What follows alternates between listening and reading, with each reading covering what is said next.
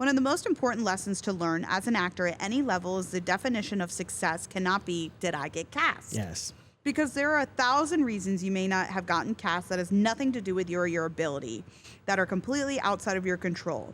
You might have been too tall or too short.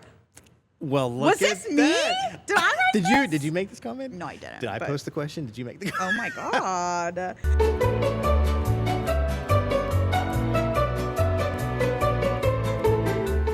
Hello, everybody, and welcome back to Thank You 5. How you doing today, David? Doing well. How are you, Hannah? I'm good. Great. I'm good. Today, we're going to be talking about some basic differences between community theater and regional theater. Oh, it's a great topic. Yeah, I know a lot when you're getting started and trying to make it out there, you know, you got to know what's up with both of them. So I'm excited to Yeah. kind of delve into a little bit about our experiences with both.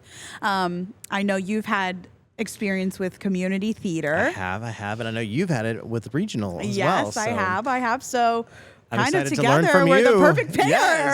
Yes. So starting with what are some basics we need to know about what community theater is all about? So the community theater gives opportunities for those in your neighborhoods, your communities, obviously, to have theater experiences where if you're not able to have the time commitment to pursue more professional theater, it gives them an opportunity to do so. And it also gives them an opportunity where, there's a certain level of professionality and a certain level of what very specific casting directors are looking for regional and then professional beyond, where it opens and makes it a little bit more broad for community theater so more people can have experiences. Yeah. I feel like it kind of works both ways. It kind of helps the younger or the newer to theater experienced individuals know what that feels like. So if they want to pursue it even more, then that gives them an opportunity to know what that's like.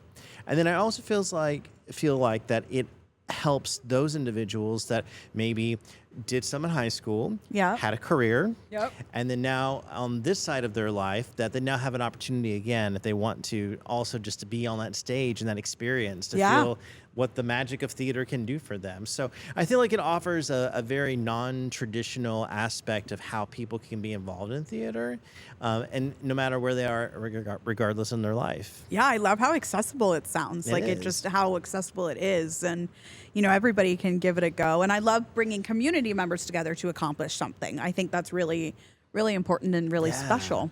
So what about regional? So what are some basics? It's really, it comes down to money. It's really, you're getting paid for the job that you're doing. And I really think that for me, the big difference is, the people that do regional theater are people who are doing this for a living. This is their whole career. Now they may have a side job, but that's what they're doing. Versus I feel like community theater, and correct me if I'm wrong, they have another big job and then this is their hobby side thing. Not to say there isn't talent amongst both. No. I think talent is really incredible in all fields, and I think nowadays it's getting more and more the talent pool is getting bigger and bigger. So for me, it's just regional. Just you're getting paid for your job, and it's normally there's a bigger budget for the production.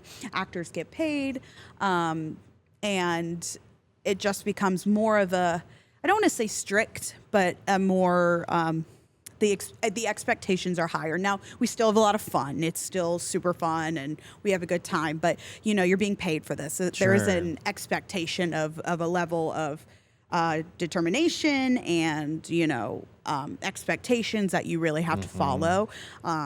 So it just becomes a little more, I don't want to say strict, but just a little tiny bit more structured than I feel like a community theater would be.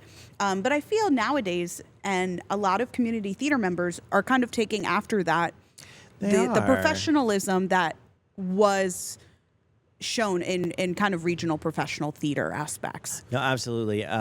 It's kind of becoming more of a standard practice, even if it's very tiny. Community theaters and community productions are trying to pay actors, even if it's little, which is a great precedence to start going for, because no matter, even if this is a hobby or it's not your main job, artists need to be rewarded for their time, and the crew needs to be rewarded for their time that they put in there. And so I think another major difference too is that there are a good many times that community theater sometimes offers non-ticketed or no-cost events for them to see the performance, whereas regional, I would assume that it's cost every single time. Yeah, pretty much. For a ticketed event. It's because you got to pay your actors. Exactly. You know, you got to pay people, and especially if you're a theater that has like union contracts, you know, you're part of the equity.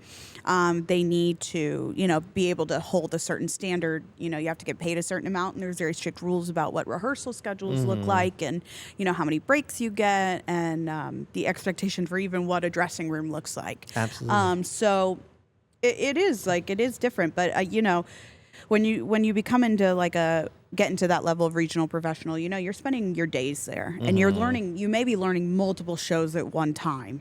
You know, some theaters, they do, you know, 3 or 4 shows in a season. They're going to hire you, and you're going to do those.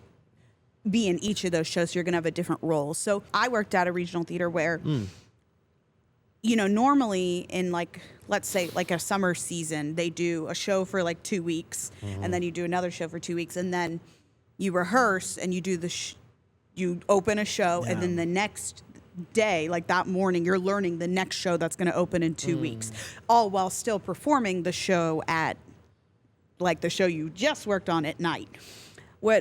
I worked at a theater where it was 3 weeks of rehearsal for all 3 shows. Oh, wow. And they would be split into 3 chunks during the day. Yeah. So it's fun because you got to train your mind to be okay, I'm done with that one, and now we're going into this one, and I'm done with that one, now we're going into this one. And then once the show's open, you kind of just run them on a strict schedule of what the show looks like. So you kind of have that.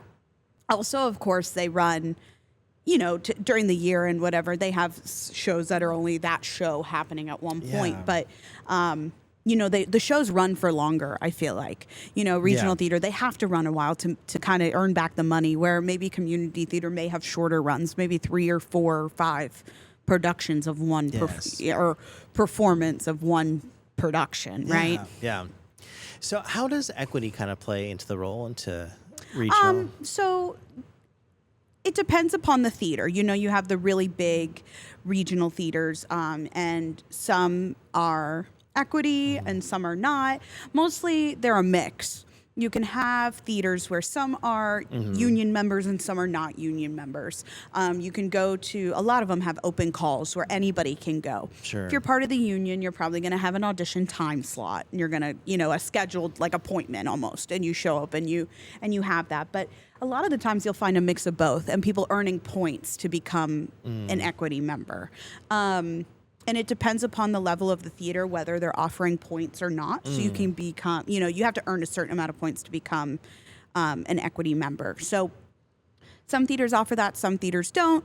But really, most times they have an open call, unless, you know, they're the really big ones, you know. But really, there's an open call for non-union members. And it's kind of like the sign-up list. And you show up and you sign your name on the list, and you wait till your turn it's your turn. Whereas they'll have a section of the day which is equity, and they have appointment slots, so there's no waiting on their part.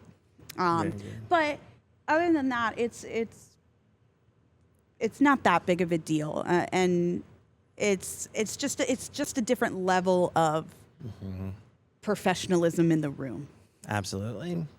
I think one thing that is very common in community, and I'm very curious to see if it's a very kind of separate line for regional. Yeah. But a lot of times, just because of funding and people that are willing to be in the community theater, a lot of times cast and crew kind of overlap. And you have, you know, maybe somebody who is cast as a role, but they're also really good seamsters, you know, putting the costumes together. So they're doing both, you know, or you have the cast that are willing to strike the set at the end versus a crew that's specifically designed to strike the set. So is that very distinctive of a separation regional, or do you? Yeah, you have roles that, you know, people are hired, and you're hired for a certain role. Now, I never did it, but I'm sure it's very common that, let's say you have a talent for sewing as a seamstress, you may have that in a contract. But unless you're getting paid for it, I mean, I wouldn't offer it up. But I love that roles are kind of interchangeable. I feel like community theater is such a good realm to kind of experience different types of theater, different or aspects, I should say, not types, but you could perform one time, but then maybe you can help the crew or, and you can kind of learn the different roles. Whereas regional, you're kind of set in what you kind of want to do. And then you're getting paid for that portion of what you do. How do, David, community theater, like rehearsals and processes look like? Yeah. So normally what I've experienced is that you do get a schedule. Yep. At least up front. Now, the schedule sometimes fluctuates during the leading up to the performance. There could be different reasons now because a lot of people are doing this as a secondary job or a kind of a hobby after work. If needs pop up that have to be kind of prioritized to like your main job, or if there's any kind of like family needs or something like that, it's a little bit more flexible in terms of when you get closer to that particular rehearsal, if it has to be pushed back later or it has to be canceled. So a lot of times that you have a set schedule ahead of time, community has the flexibility to kind of change that, probably a little bit less structured in terms of rules of how much heads up you get. So that can be a little bit of a difference between more of a structured. Now, do you normally rehearse like every day, or is there? Usually it's about, well, depending on the show and I suppose depending on how, what are the requirements? If there's a lot of choreography, if it's a lot of musicals, if it's just a straight play, all that can be very fluctuated. But I would say it's probably about once or twice a week. Okay. And then it gets maybe a little bit more as it gets closer to the performance, and tech week and all that stuff. But again, a lot of times it's a little bit difficult, one, to coordinate with everyone's work schedule, and then also to finding the space and making sure there's availability of the space to have those rehearsals. Because a lot of times if it's community, you're working out of either like a shared multi-purpose venue or something that is not necessarily always designated for performances. Yeah. Interesting. Yeah, interesting. And that's, I feel like it's a responsibility of the actor too, setting, as the team would set rehearsal times. And if you know that you can't be at the rehearsals due to your job, then it's, unfortunately, that's what life is like. Then you can't be in the production. Yeah. But I would assume a lot of it's like after work or after school, and then on the weekends where, I would hope that the team would try to make it accessible to everybody. Oh, absolutely. And I love that. Probably like in community theater, you have ranges of ages. Like you have kids all the way up to the elderly performing, which is just so beautiful. I mean, not to say that you can't have that in regional theater, but I would feel like the talent that's accepted, for ensembles and stuff is a wide range, which is what I love. It is. And you have to kind of almost, in a sense, because you're asking the community to show up to put on your production, you kind of have to kind of take what is gifted to you in terms of who shows up. Yeah.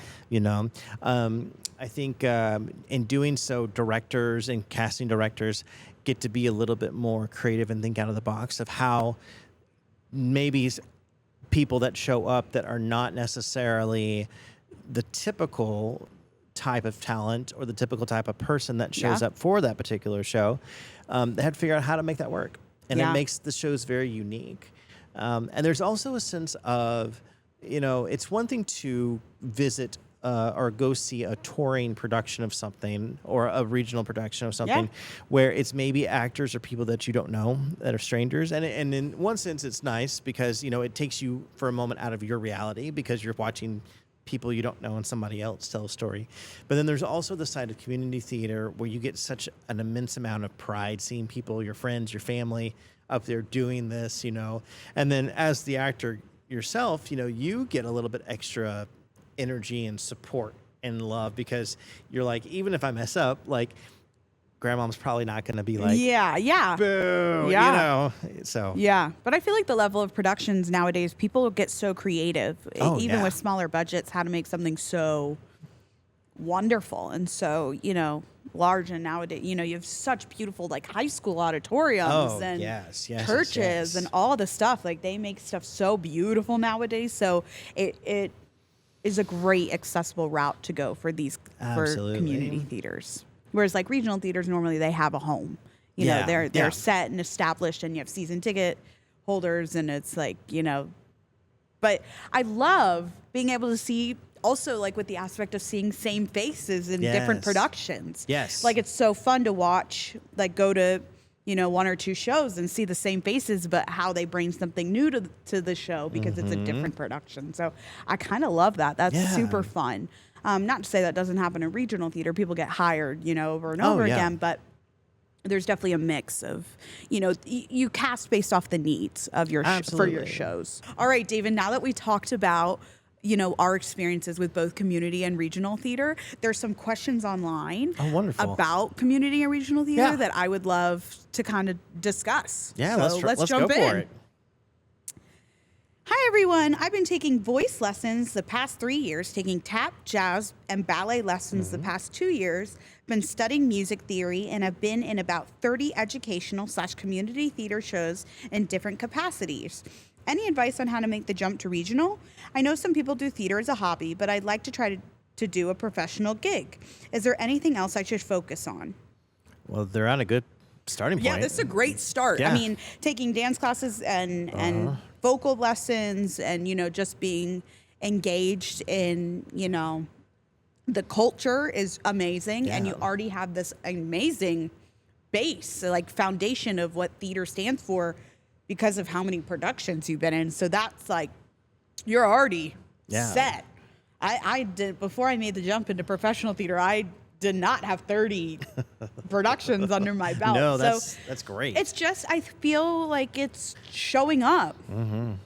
Yeah. I think that's like the biggest thing, like showing up. And I also think it's totally fine. Like if regional theater is doing a show and you've either seen the show or somebody, like you can see them on social media or find their website. I think it's totally fine to reach out to that actor or choreographer or director or whoever and say, this is who I am. This is what I want to do. What advice do you have to get into whatever theater you're looking at? But I think mostly following up on auditions and everything is really the big thing, and just putting yourself out there. You have a resume that supports your experience, and that supports your talent level. So let's just go for it, So I agree. I think we're on the right track here.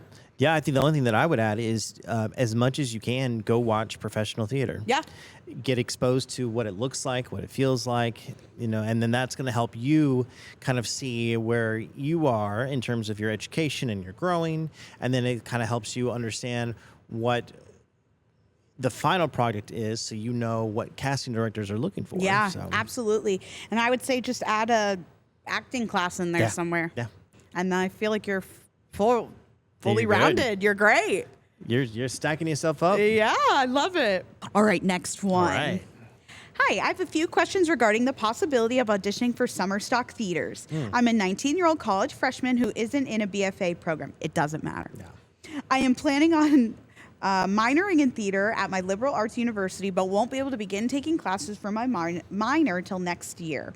I am in voice lessons and have been casted in 2 plays this upcoming semester. I'm hoping to participate in summer stock theater eventually, but won't be able to travel to any in-person auditions. I am from Long Island, so I have easy access to New York City when I am home, but all the big auditions for regional theater seem to be happening when I'm at school. I'm wondering if anyone has any suggestions for theaters that take video submission auditions. I also am wondering if it is even really possible to book a summer stock job as a college freshman and as someone who isn't in a BFA program. The people I know who have done summer stock are all in BFA programs with professors or peers who had existing connections to summer stock theater companies aiding them in their booking process. If anyone has any advice, please let me know. My ultimate goal is to put my all into trying to make a career in theater, but at the same time, I can't rationalize paying for a degree in it. I hope it is possible and would greatly appreciate any and all help. Aww. I have a hard time with this one because I did do summer stock as a freshman, but I was in a BFA program. So, gotcha. Yeah. So what brings this? What things come up with you when you read this? A lot of theaters do virtual. Yeah. You just have to look. Especially since post-COVID. I mean, it's... Yeah, a lot of, I see the virtual audition calls come up. So you can always submit. But I think I think this person is on the right track. I mean, you don't have to be getting your degree in theater. No. Just, it makes it hard sometimes because you have to know that you're going against people who are doing this every day, all day. Yeah. That's the only thing that makes it hard. So if you can get out of your head, if you can train, stay up to date on dance classes, acting classes, voice lessons, and just know that, you're putting in the work, then it's totally doable. Absolutely. But you just have to know that the people who you're going to be, I don't want to say competing because it's hard, but the people that are going to be auditioning with you are probably from that background, a program, where they dance, sing, act all day long. So it's not the end of the world, but you just gotta, keep up with your skills. A lot of schools are doing regional a lot of schools, a lot of theaters are doing virtual auditions. So I would say just keep an eye out. Look online to see who's holding. You can always go to Backstage or Playbill to see who's hosting auditions, and a lot of the times that'll lead you to their website, and it may have something about, we are doing virtual, we aren't doing virtual, but the main thing is to submit. A lot of summer stock theaters have auditions in New York, and sometimes it's they do a lot of on the weekends, in late winter, early spring. So you may just have to take a weekend and go. And for those of our listeners who maybe aren't familiar with what summer stock means, can you explain? Yeah, absolutely. Summer stock's what I was talking about earlier, where it's you do multiple shows in one season. So especially, and this is really for the summer. So a lot of college kids, you're off from May to end of August, whatever. And a lot of theaters run multiple different shows between June, end of May, beginning of June, all the way in through August. So summer stock just means getting cast in those theaters there. You'll be doing multiple shows, whether it's, like I said, you rehearse for 3 weeks, all the shows, then you run them, or you do one show while you rehearse the other show, and so on and so on and so on. That's great. I think the only thing else I would add is if there is a production that you're wanting to audition for and they don't necessarily have posted virtual auditions, it doesn't hurt to reach out to the production or the casting director and just say, I can't make it in person. Would you be willing to accept a reel? Yeah. And see what they say. Yeah, absolutely. And it's always nowadays so easy to reach out. Everybody posts their auditions on social media. Yeah. So it's always easy to just message them on, Instagram, Facebook, TikTok, wherever they're posting, and being like, hey, how can I get involved? Okay, this one's a long one. You ready? All right, let's do it. Story time. I'm an actor that does mainly semi-professional theater in my area, and I hope to break into higher profile regional theater work someday. As such, I'm building my resume with semi-professional paid gigs for the most part, and while I started off in community theater, I'm only doing unpaid community theater now to play dream roles in specific shows. I do mostly musical theater and have done musicals for the past year or two, but have done plays in the past. Recently, I was asked to submit for a season of classic plays by a newer theater that includes works by Shakespeare, Ibsen, Moliere. I heard about it from a friend who was called back for their season and told me that they were looking to fill a few roles that they couldn't nail down from their initial casting pool. Thought I'd be a great fit for the tracks that they were looking to fill. My friend connected me with them and told them I'd be available for the shows in their season that don't conflict with my dream show. They had me come in and read for the roles in those plays, but when I got the casting email, they explained that due to the casting circumstances, they felt I was a better fit for a role in the play that conflicts with my dream role. So they only offered me that role and asked if I could change my availability to be able to accept it. The dream show running at the same time is Parade, which is one of the shows I've always wanted to do, but haven't gotten the chance to, and now I worry that I will never get another chance.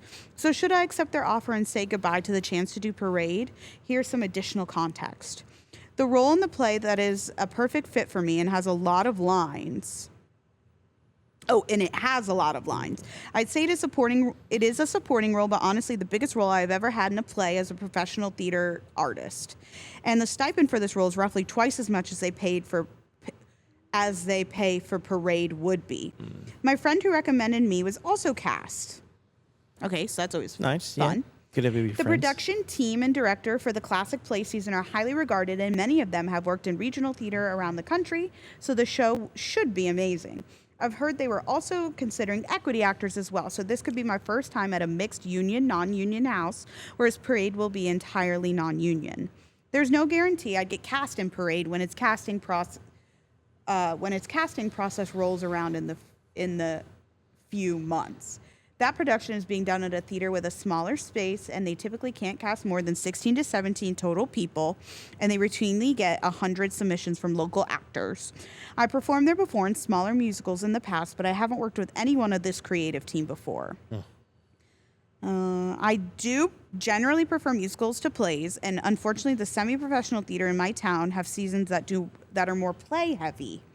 Usually they do 2 big musicals a year, and this year they're doing 1. And their musicals they're doing 1 each, and their musicals are all at the same time this year, overlapping with the play I was offered. Meaning I will probably not get to do a paid track in a musical this season at all if I accepted the role. But there are 5 to 6 other plays that I could submit for in other parts of the season that I would be paid for. I'm not sure how big the audience for this classic play season will be relative to the sold-out shows Parade will get. Well, I feel like there's a conflict between what you want to do as a preference of an actor versus career choices in this one. You know, I feel like Parade is obviously something that's very emotional to this person, and it very much is a dream role. Yep. But there are a lot of opportunities if we're looking at career choices to move forward with the other one. You know, it seems like a pretty decent guarantee you're going to get in there. Yep. The payment is better. Yep. The exposure to other types of theaters and more professional theater casting directors is better. Yep. So I feel like this is a pretty common conflict for actors. Yeah. Is it better to go with something that's really going to inspire me and encourage me from a personal point of view of this is something I really super enjoy and want to do, versus the career side of it, knowing that if I'm going to do this professionally, like it is a job, and this is a job that entails on me booking and making those connections with more and more professional. I agree. Yeah, I definitely, especially because you're not cast in Parade yet. You have no idea if you're going to be cast in the show. I also am a big believer in what's meant for you will come back to you. Yes. So if you take this job where you're going to get paid for and you're missing Parade, if it's meant for you, it'll come back. There will be another production. So I definitely would take the job. I mean, they're giving me all these pluses and not a lot of negatives.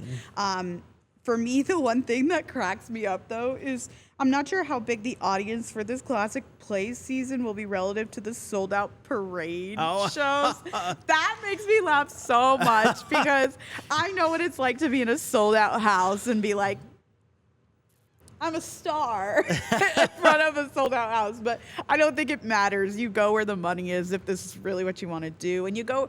I want to take that back. You go where your passion is. You do. But if we're talking getting paid to not getting paid, especially at this point in your career where you're trying to build a career and a connection, I would obviously go with where you're going to get paid, where you're going to make the connections, where they have like.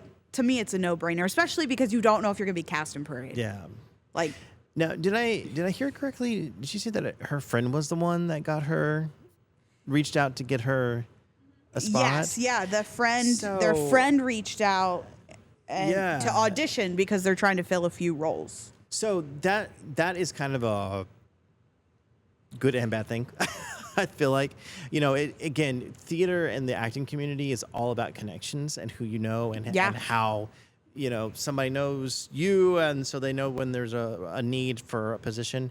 I would just be very careful about having other people speak for you unless they're your agent, because otherwise you don't want them to overpromise for you and then you can't do it, or this isn't something that you want. Well, it seems like, I totally agree with that. It seems like they just told their friend to audition. Gotcha.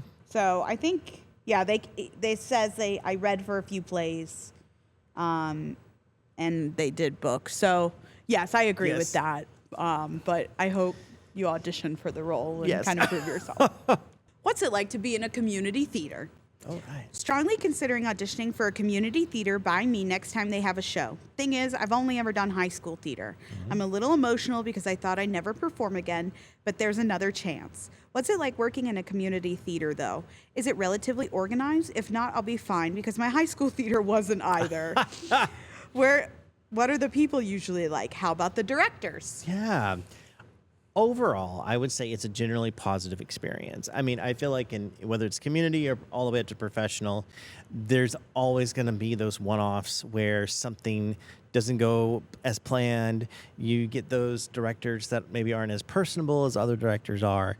But I think for the most part, community theater is very, what I would call very down to earth, very much. They want you to succeed and they want you to be there because it's usually a community of people that are excited that theater is going to happen. Yeah.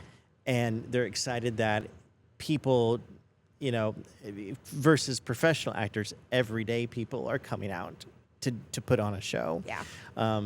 So I would say for the most part, there's still a semblance of organization. There's still a schedule. There's still deadlines to meet. It's maybe not as would seem to be as strict as regional or more professional. But I would just say give it a go. I mean, that's the big thing. Is just get out there and have fun. The one nice thing about community theater is that the audience goes in knowing it's community theater, and it's usually people that are friends and family of the cast. So they're excited to see you succeed because they want you to succeed. Yeah. And they're also going in knowing that, will it be perfect? No. Is any production perfect? No. I mean, mistakes happen on Broadway too. But they're going to go in just wanting to see you on stage having fun because they want to have fun themselves watching you. Absolutely.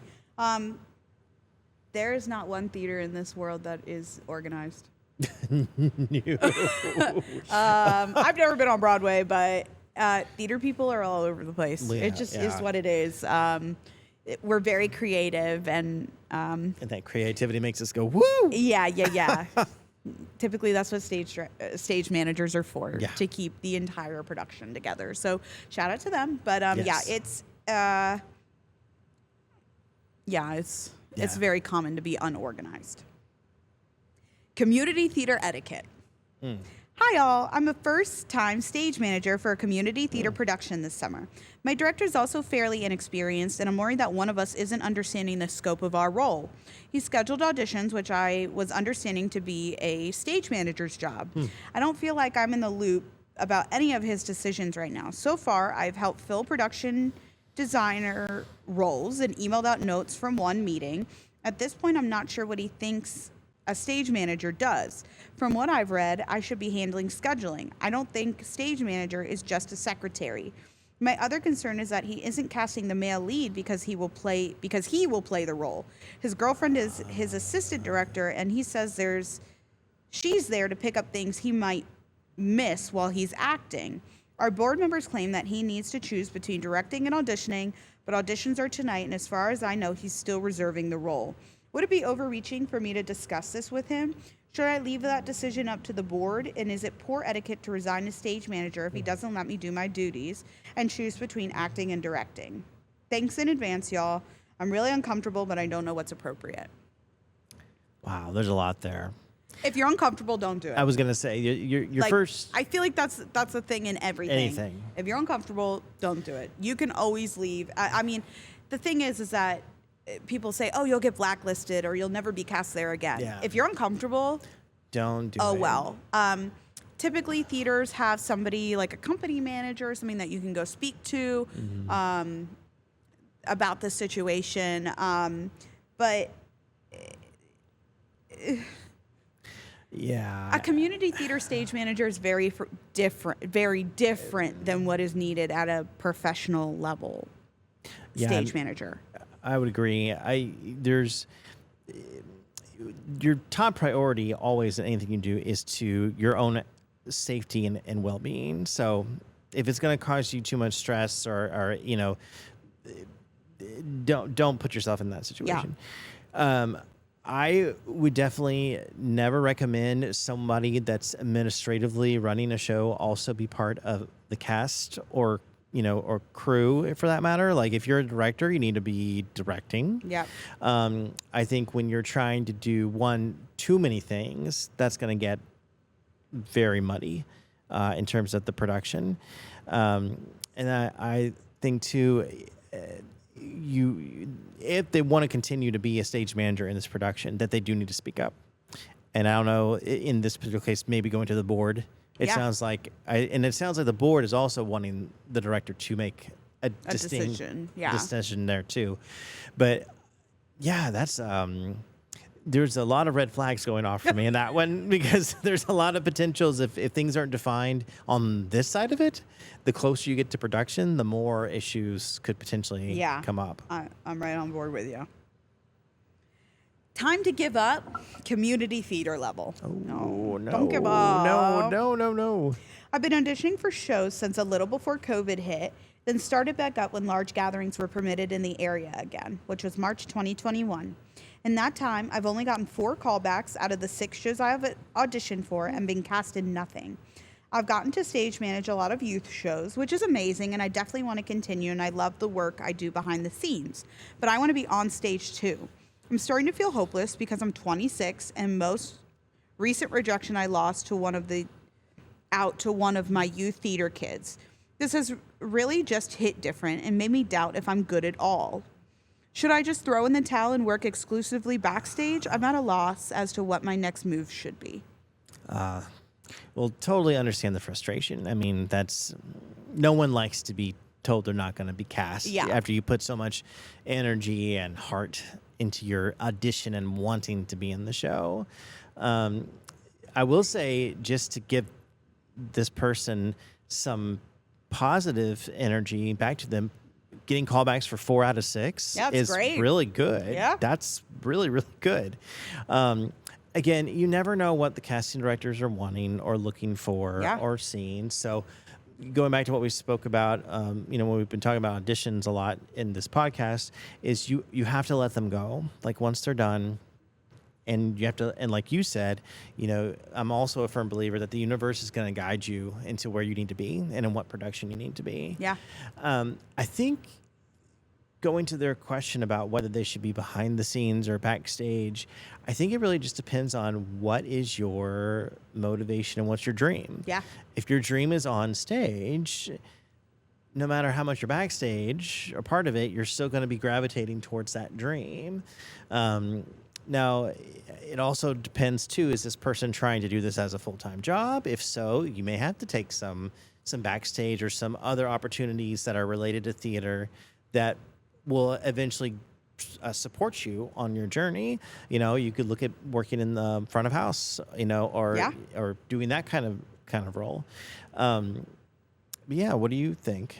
I think you should keep going. Yeah. I don't like the idea of giving up. No, to me, that's like, I know it's hard, and this career choice or just doing this for fun can be as much love as it brings. It can also be devastatingly heartbreaking. I mean, people are picking you apart. So it's hard when you're not cast. It hurts. You take it personally. What's wrong with me? There's nothing wrong with you. It's just what they're looking for. And I know it's hard that you're 26 and you're losing to one of the youth theater kids. They may be the perfect age for the role. Mm-hmm. It can literally come down to who's taller and who's shorter. It really is like, it's hard to look at, somebody who's maybe 18 years old and be in their 20s and be like, oh, I'll never be the 18-year-old. But you may bring something else to the table that they need eventually. So for me, I know, but again, I want to kudos to them for 4 callbacks.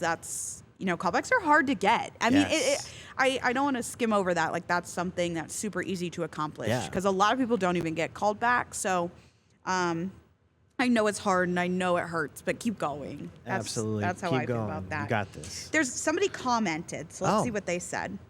Professional actor, technician, designer. I found that my average for getting cast in shows was about once every 10 auditions. I usually average a callback once every 5. The fact that you've gotten 4 callbacks out of 6 is a really good sign and pretty impressive. One of the most important lessons to learn as an actor at any level is the definition of success cannot be, did I get cast? Yes. Because there are 1,000 reasons you may not have gotten cast that has nothing to do with your ability, that are completely outside of your control. You might have been too tall or too short. Well, look Was this me? that. Did I make this? Did you make this comment? No, I didn't. Did I but- post the question? Did you make the comment? Oh my God. You may have reminded the director of their ex, or maybe you didn't remind them of their ex enough. The person cast opposite of you has blonde hair and you do too, and that would look weird. The person cast opposite you has blonde hair and you don't, and that would look weird. So the best move is to try to get a place where you aren't taking not getting cast personally. Yeah. The success is that you auditioned, that you got a callback. If you end up cast in a show, that's great success too. But auditioning and not getting cast is not and cannot be a failure. That's not to say you can't be upset about not getting a part you wanted. You should feel your feelings, have a day or two of disappointment and you wanted something and you didn't get it, and that sucks. But if the narrative in your head is that you didn't get it because you suck, that's damaging. As for what you can do as a next step, honestly, a lot of options. My biggest recommendation is finding a class on auditioning that includes typing work. Oh, like typecasting. The biggest stumbling block I've seen for most actors starting out is a failure to figure out their type correctly. If you're auditioning for roles against your type or using materials that are against your type, you're not showing yourself to your best advantage. It may also be that your audition materials aren't in the best shape. Again, making sure your book is really strong. Maybe you've picked a song that's too high for you, or picked a not great cut of the song, or it's overdone. Maybe you got a monologue that doesn't tell a story in a short enough time frame or isn't age appropriate. I can't know the answer to any of these, but a good coach or a good audition workshop may help. Alternatively, the issue may be a small community. Have your 6 auditions been for 6 different companies or the same company? You may need to find other places to audition. Also, networking. People like to work with people they know and they can rely on. So build relationship with these directors and theater companies. Tech work is a great way to do that. I've had so many tech jobs that led to onstage jobs and vice versa. Well, I love this comment. Well, I was going to say that's textbook right there. What to do. I love it. When I got rejection is a big thing when it comes to theater. Yeah. This career choice again hurts. It's heartbreaking. I always gave myself a day, 24 hours. I got my rejection. I have 24 hours to be sad, to mope, to eat ice cream, to cry, to do whatever I needed to do. And then at some point you got to say, okay, when's the next one? What can I do better for next time? How do I pick myself off, brush myself off, and and when you get to a place where you do this professionally, you're auditioning you could have 2 or 3 to 4 auditions in a day. So you're going from one to the next to the next to the next. So it's again, after you audition, letting it go. Yeah.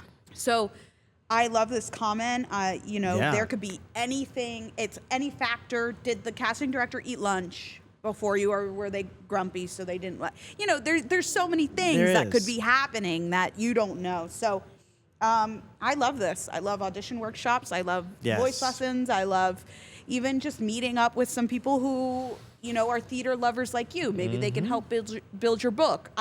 Any of it I love. So kudos to this comment. Love it. Okay, so I love hearing and talking about these questions and these stories about community theater and regional theater. I feel like there's so many good similarities and just very small differences, but just to, step up your career. But you know what I also love, David? What's that, Hannah? News about theater. What's going on? Are you ready? Let's do it. Game of Thrones play sets world premiere at Royal Shakespeare Company. Yes. Well, that's yes. So, Is there a dragon on stage? I would hope there would be. Is there a dragon on stage? Please, God, be a dragon on stage. So you're going to hate this, but I'm actually not a Game of Thrones fan. I watched the whole series. Not a fan. But I'm a fan of theater, so I'm excited that this might bring audience members that maybe have never been to the theater before. Maybe I would like the theater version better. Who knows? I love this. I think this is great. I think, why haven't we done this yet? The show is so theatrical in and of itself. Like, this could be super cool. I wonder what story they're going to focus on. I will be there. David won't be there. Actually, I'm going to have a great time without David. Now, I don't mind. I'll take a chance on it because it's theater. You can't say take a chance and not go. Yeah, Take a chance, take a chance, take a chance, take a chance, take a chance, take a chance. Okay. Anyway. Yeah, well, here's the thing. Stranger Things. I had never seen an episode of Stranger Things before I saw Stranger Things on Broadway. Did it make any sense? It did not, except that it didn't have to make any sense because it's a prequel. Okay. So, like, I was watching like a fresh story, but I loved Stranger Things on Broadway. How do you read my mind? Because our next news is that it's Stranger Things. Yeah? The First Shadow is getting a whole new cast. Look at that connection. You're getting a whole new cast, which I love. Yeah. Fresh eyes on it. Fresh Especially takes. now that the show is like fully done, is out and done. Yes. The TV show is fully out and done. It's going to get new eyes on it, which I love. Yeah, no, the that's script great. is going to mean new things to somebody.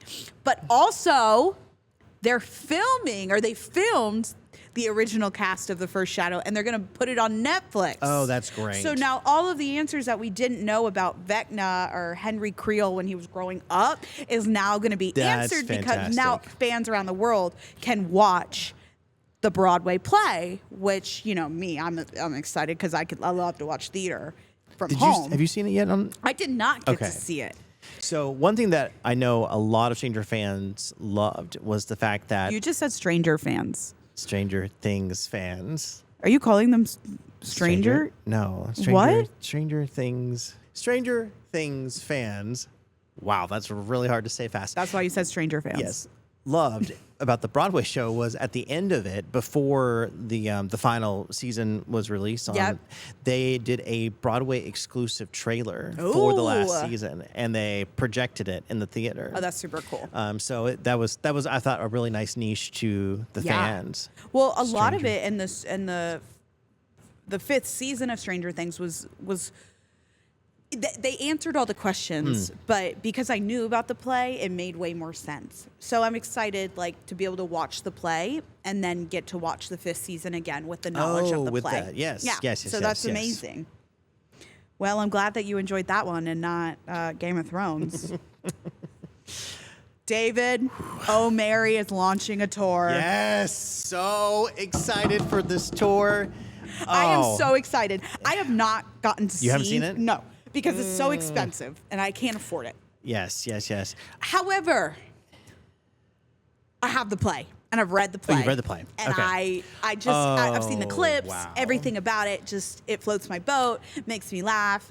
I definitely want to see it. I know it's going on tour, coming close to where we live. So I'm super excited because I'm like, woo! It is a brilliant piece of comedy. I got to see it on Broadway with the original cast. Yep.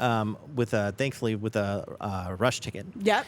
And it's so quirky that it's one of those things where it's so out there it makes sense. Yeah. Like it's so amazingly written. Creative. It's fantastic. And such a fun take. And I kind of love that we're going back in history.